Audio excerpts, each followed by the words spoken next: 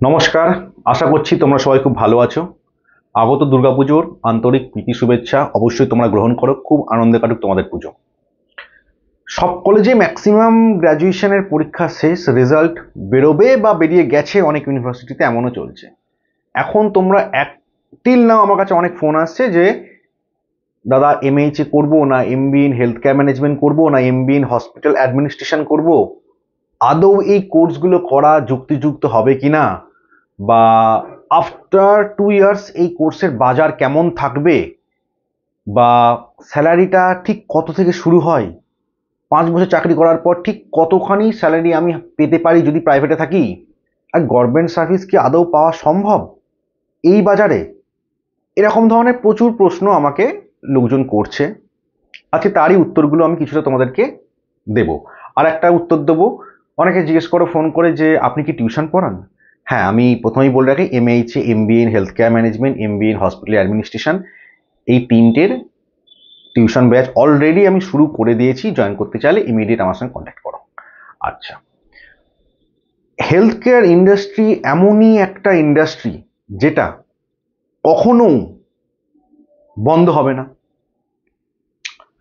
যত বেশি হসপিটাল তৈরি হচ্ছে, দেখছো তোমরা আশেপাশে কিন্তু প্রচুর পরিমাণে বেসরকারি হসপিটাল গজিয়ে উঠছে, বড় বড় হসপিটাল তৈরি হচ্ছে। যত বেশি হসপিটাল তৈরি হচ্ছে তত কিন্তু আমাদের ম্যানেজমেন্ট লাইনের জব অপরচুনিটি বাড়ছে। আমাদের এমএইচএ করো কি MBA in health care management করো বা এমবিএ ইন হসপিটাল অ্যাডমিনিস্ট্রেশন করো, তিনটে কোর্স থেকেই তুমি সরকারিতে আমাদের যা যা পরীক্ষাগুলো হয়, ওয়েস্ট বেঙ্গল বলো, উড়িষ্যা, ঝাড়খণ্ড, ছত্তিশগড়, মহারাষ্ট্র থেকে শুরু করে আন্দামান নিকোবর দ্বীপপুঞ্জ, ওইদিকে ministry of health and family welfare মানে সেন্ট্রাল গভর্নমেন্টের যাবতীয় এক্সাম তুমি দিতে পারবে। আর তাতে কী পারবে, এনজিও, বিভিন্ন যে এনজিওগুলোতে রিক্রুটমেন্ট হয়, ঠিক আছে, সেইগুলোও তুমি কিন্তু অ্যাপ্লাই করতে পারবে। আর প্রাইভেট জব তো থাকলোই। তাই জবের ক্রাইসিস আমাদের ম্যানেজমেন্ট লাইনে মানে হসপিটাল কেন্দ্রিক কোনোদিনও কমবে না। সে করোনা আসুক, যে কোনো আরও এমার্জেন্সি সিচুয়েশন তৈরি হোক, যে কোনো ডিজাস্টার আসুক না কেন, আমাদের জব কিন্তু আছে, মার্কেটে আছে। সেটা তোমরা অনেকেই যারা নর্মাল কলেজ থেকে প্লেসমেন্ট না পেয়েও সিভি হাতে নিয়ে বেরোচ্ছ বাইরে, একটু হয়তো পরিশ্রম করতে হচ্ছে কিন্তু পেয়ে যাচ্ছ। আর কলেজ থেকে ম্যাক্সিমাম ভালো ভালো যেসব কলকাতা দিকে কলেজ আছে তারা তো প্লেসমেন্ট অবশ্যই তারা নিজে থেকেই দেয়। তেমন ধরনের কলেজেই পড়া উচিত। ম্যাকআউট ইউনিভার্সিটি আন্ডারে যে কোনো প্রাইভেট কলেজ থেকে পড়ো, অবশ্যই এটা ইনশিওর করো যেন কলেজে প্লেসমেন্ট ভালো দেয়। নাহলে কিন্তু একটু শক্ত হয়ে যায় সিভি নিয়ে বিভিন্ন হসপিটাল টু হসপিটাল ঘুরে ঘুরে চাকরি পাওয়াটা। তাই কলেজের এখানে একটা অবদান কিন্তু থাকে এবং খুব গুরুত্বপূর্ণ অবদান থাকে। আচ্ছা, 5 বছর পরে তুমি কত টাকা স্যালারি পেতে পারো, স্টার্টিং কত স্যালারি আছে? এমএইচে করলে অ্যাপ্রক্স তুমি 16 17 স্টার্ট করতে পারবে। একটু ভালো মতো হসপিটালগুলোতে, যেমন টাটা মেডিকেল বলো, ফর্টিস বলো, রুবি বলো, দিশান বলো, মণিপাল, মেডিকা, এইসব লেভেলের যে হসপিটালগুলো আছে তাহলে 16-17 হাজার টাকা মাইনে কিন্তু এমএইচএ ক্যান্ডিডেটকে দেয়। But MBA in health care management করা ক্যান্ডিডেটকে কিন্তু মোটামুটি আমাদের ওয়েস্ট বেঙ্গল মার্কেটে 22 থেকে 24, আর এমবিএ ইন হসপিটাল অ্যাডমিনিস্ট্রেশন করা কিন্তু সেম এমএইচ এর মতনই ওই 17 থেকে 18। এবার বলতে পারো এমবিএ ইন হেলথ কেয়ার ম্যানেজমেন্টের স্যালারিটা বেশি হচ্ছে কেন? কারণ এমবিএ ইন হেলথ কেয়ার ম্যানেজমেন্টে আমরা পাই ডুয়েল স্পেশালাইজেশন। মেজর সাবজেক্ট থাকবে হেলথ কেয়ারে, মাইনর তুমি ইচ্ছা মতো মার্কেটিংয়ে রাখতে পারো, তুমি এইচআরে রাখতে পারো, তুমি অপারেশন ডিপার্টমেন্টে রাখতে পারো, যে কোনো কিছু তুমি রাখতে পারো। যেহেতু ডুয়েল স্পেশালাইজেশন থাকছে তাই এর মার্কেট ভ্যালু কিন্তু বেশি। আর এমবিএ ইন হসপিটাল অ্যাডমিনিস্ট্রেশন আর এমএইচএ কিন্তু ইকুইভ্যালেন্ট কোর্স, দুটোরই সিলেবাস পর্যন্ত পড়াশোনার দিক থেকে সেম, শুধু ডিগ্রি দুটো আলাদা করা হয়েছে। কেন আলাদা করা হয়েছে? MHA UGC recognised but AICTE approved course নয়, কারণ এটা প্যারামেডিক্যাল কোর্সের মধ্যে ফেলা হয়। আর এমবিএ ইন হসপিটাল অ্যাডমিনিস্ট্রেশন কোর্সটা সেম সিলেবাস হলেও এআইসিটিই অ্যাপ্রুভড এবং ইউজিসি রিকগনাইজড, কারণ এমবিএ মানে টেকনিক্যাল কোর্সের মধ্যে ফেলা হচ্ছে। এই হচ্ছে তার পার্থক্য। এছাড়া সিলেবাসের দিক থেকে, জব অপরচুনিটির দিক থেকে, বা কোর্সটা পড়ে আমি শিখবো কি এই ব্যাপারের দিক থেকে এমএইচএ আর MBA in hospital administration same. কিন্তু MBA in health care management কিন্তু different course. MBA in health care ম্যানেজমেন্টের প্রথম বছরে কিন্তু জেনারেল এমবিএ যারা সব যে কোনো স্ট্রিম মানে সবাই সব সমান থাকে। সেকেন্ড ইয়ারে যখন তুমি উঠবে মানে থার্ড সেমিস্টারে উঠে তোমাকে স্পেশাল পেপার বেছে নিতে হয়, একটা মেজর একটা মাইনর।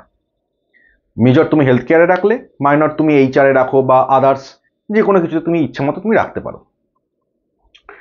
তো আমি বলবো তিনটের মধ্যে যে কোনো একটা করো, জীবনে দাঁড়িয়ে যাবে। আমাদের যা এখন বর্তমান যুগ, যেখানে একটা প্রাইভেট অর্গানাইজেশনে চাকরির জন্য হাজার হাজার লাইন পড়ে যাচ্ছে ইন্টারভিউগুলোতে, সেখানে কিন্তু আমাদের হেলথ কেয়ার ম্যানেজমেন্ট পাস করার পর কিন্তু চাকরি পাওয়াটা তুলনামূলক অনেকটাই ইজি। দ্বিতীয় কথা হচ্ছে অ্যাটলিস্ট না খেয়ে মরবে না, চাকরি বাকরি পাবে। একটু ঠিক মতো করে নিজেকে ক্যাপেবল তৈরি করতে পারলে গভর্নমেন্ট জব কিন্তু 100% আছে। রিক্রুটমেন্ট কিন্তু হেলথ সেক্টরে হচ্ছে, রাজ্য সরকার যেমন করে তেমন এনএইচএম ন্যাশনাল হেলথ মিশনের আন্ডারেও কিন্তু অনেক গভর্নমেন্ট জব হচ্ছে। বলতে পারো ন্যাশনাল হেলথ মিশনের আন্ডারে তো এগুলো কন্ট্রাকচুয়াল, মানছি কন্ট্রাকচুয়াল, কিন্তু সেটাও 60 ইয়ার্স পর্যন্ত, এবং আজ কন্ট্রাকচুয়াল আছে, এবং বিভিন্ন অন্যান্য রাজ্যে কিন্তু এই এনএইচএম এমপ্লয়ীদেরকে অলরেডি পার্মানেন্ট করে দেওয়া হয়েছে। তাই তুমি আজকে যদি এনএইচএম এর আন্ডারে কোনো একটা পোস্টে জয়েন করো এবং আফটার 5 ইয়ার্স যে তোমারটা পার্মানেন্ট হবে না তার কিন্তু কোনো গ্যারেন্টি নেই, হয়েও যেতে পারে পার্মানেন্ট।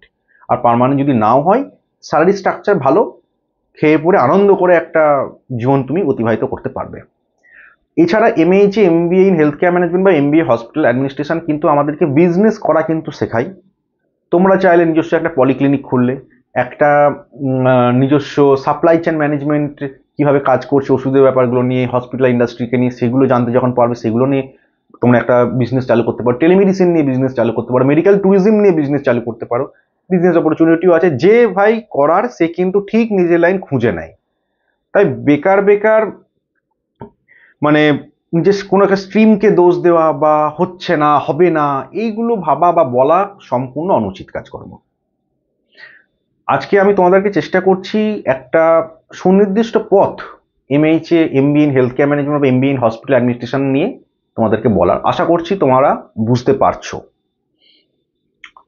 5 বছর পর কত স্যালারি হবে, এটা একটা খুব গুরুত্বপূর্ণ প্রশ্ন। কিন্তু দেখো, 5 বছর পরে কেউ আছে 80,000 টাকা মাইনে পায়, আর 5 বছর পরে 20,000 টাকা মাইনে পায়।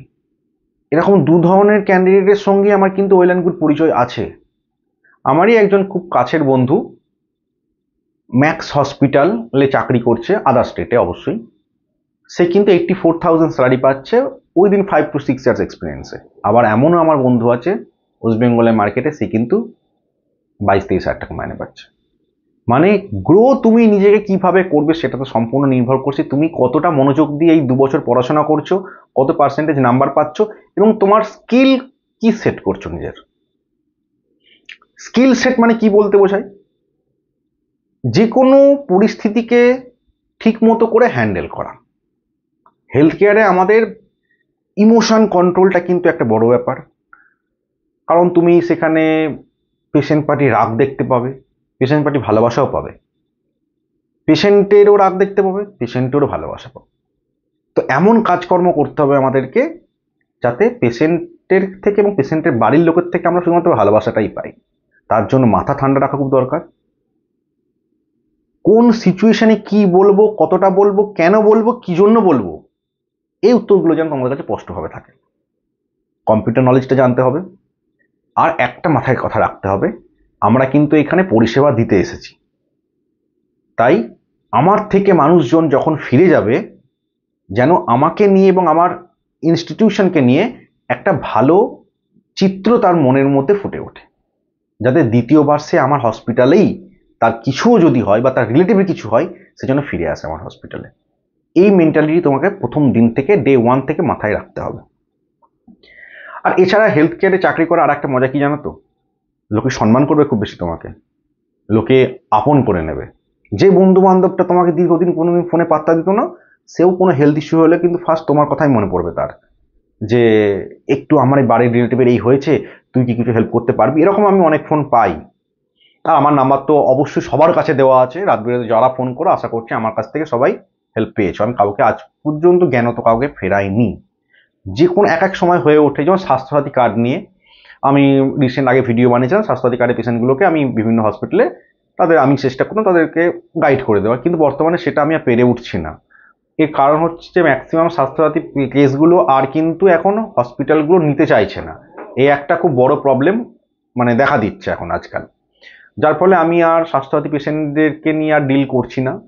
তবুও যাদের যদি কখনো কিছু গাইড প্রয়োজন হয় স্বাস্থ্যসাথী রুলস রেগুলেশন জানার জন্য আমাকে তোমরা অবশ্যই ফোন করতে পারো। আর এছাড়া বলার মধ্যে হচ্ছে যে